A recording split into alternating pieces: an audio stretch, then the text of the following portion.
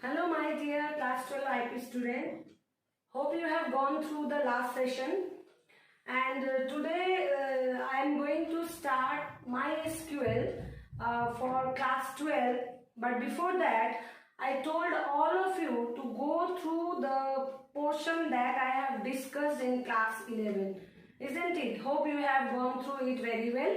So if not, then also today I am going to discuss some basics regarding MySQL that will be helpful for you to implement in your class 12.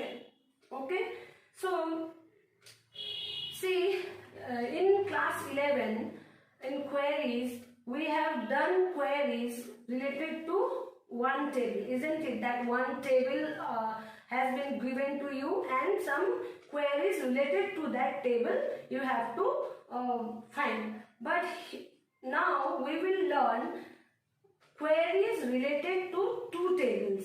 Okay, so for these two tables, we to find queries related to two tables, we need to join these two tables with some properties.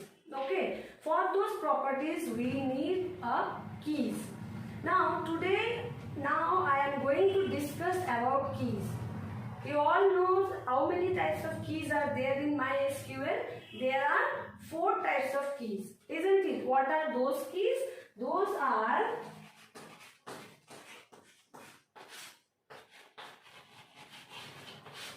first of all, it was primary key. Then it was candidate key,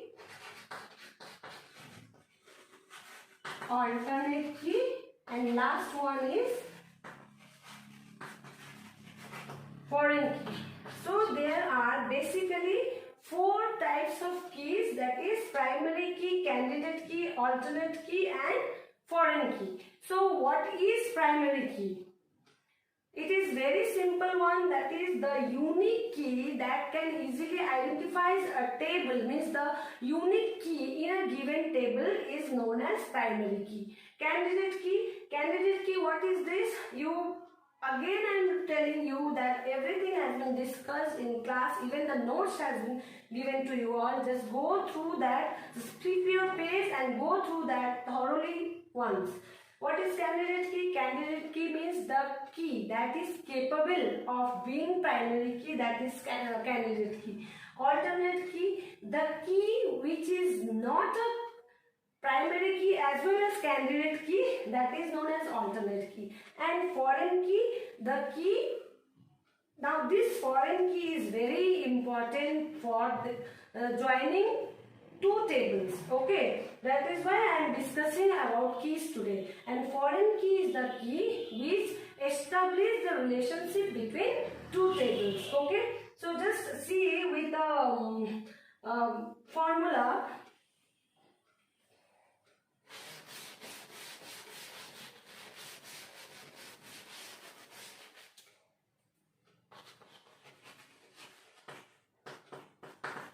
Table item.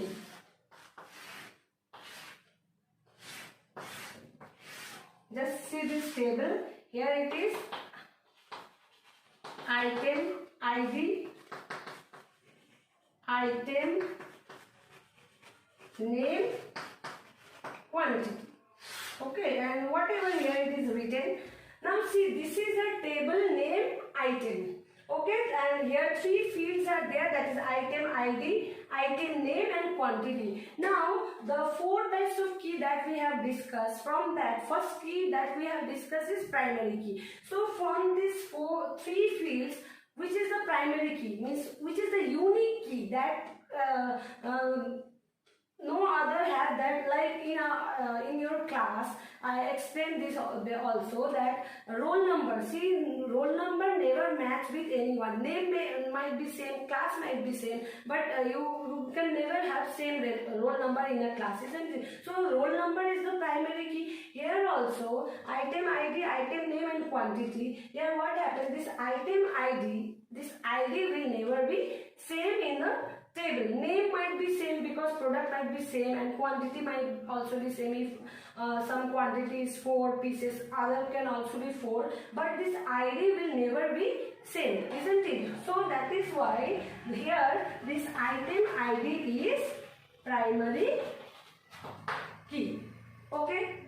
Now next is secondary key. Primary key is over. Primary key, this is also very important till your board exams. Okay. Now next is candidate key. Candidate key means now here if I will remove this apart from this item ID, which will be the next key that we can make as a primary key. So if it is a primary key, but apart from that, this item name can be primary key, but not this quantity, because name very rarely it will same. So in this table item, here this item ID and item name, these two are the candidates key. Means candidate key means that the key which is capable of being a primary key is known as candidate key. So here this item ID and item name is candidate key. Okay. Now next is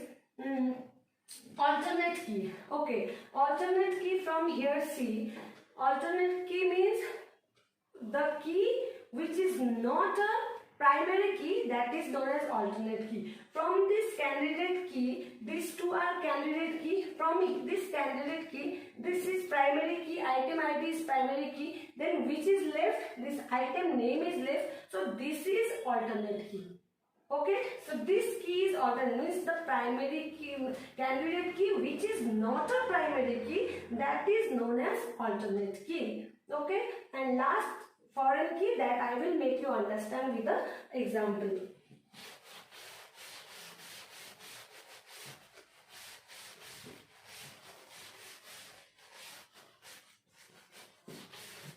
So one relation C is candidate key minus primary keys is equals to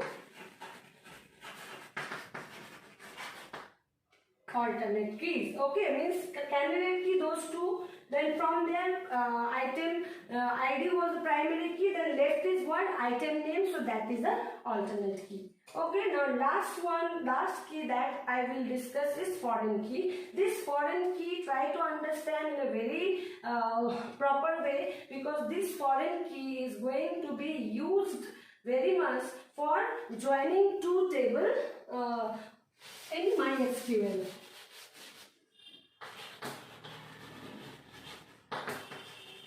Foreign key. See, there is two tables.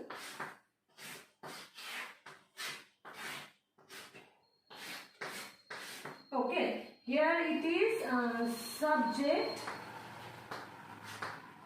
and this is teacher. Name of the table is teacher, this is subject. Okay, ID, TID means teacher ID, teacher name, subject code. Okay, here subject code, name of subject. Try to understand. From this teacher, this is teacher ID, this is teacher name, subject code. This is another table. There might be some more field also. Subject code and name of subject. Now see here. Here see teacher ID, anything 01, here 02. Teacher name AAA, here BB. Subject code 101, 105. Here subject code 101, arts, 105, science. Now what you can see here, that there is two tables.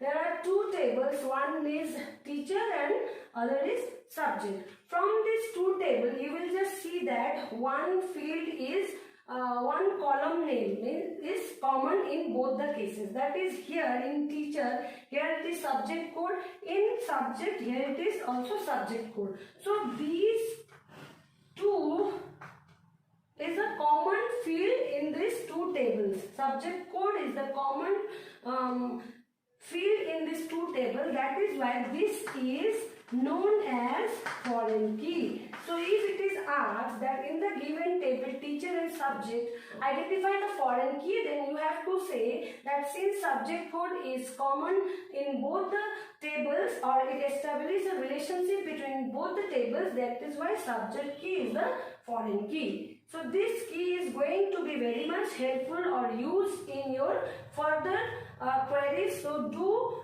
go through this for today. In our next class, we will start with joining two tables in MySQL and finding the queries with the help of that. Okay, thank you.